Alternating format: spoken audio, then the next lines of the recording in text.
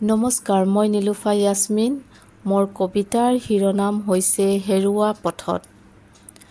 আপোন লগাবোৰ সদায় নাথাকে আপোন হৈ, সময়ে কয় আপোন হয় নে নহয়।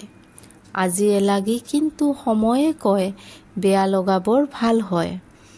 কোন আপোন আৰু কোন পৰ সময়ে কৈ যায়, চিনাকিও দি যায়।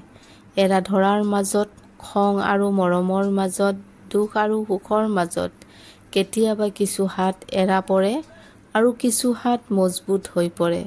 সময়ে মাজে মাজে কৈ যায় কোন আপোন কোন পৰ। নিজানত বহিলে ভাহি আহে কথাবোৰ, যেন লাগে কিছু আপোন অচিনাকি হ'ল। নিশাৰ আন্ধাৰত সদায় বিচাৰি চাওঁ, উচিত অনুচিত একো বুজি নাপাওঁ। লাগে যেন সকলো সময়ৰ খেল।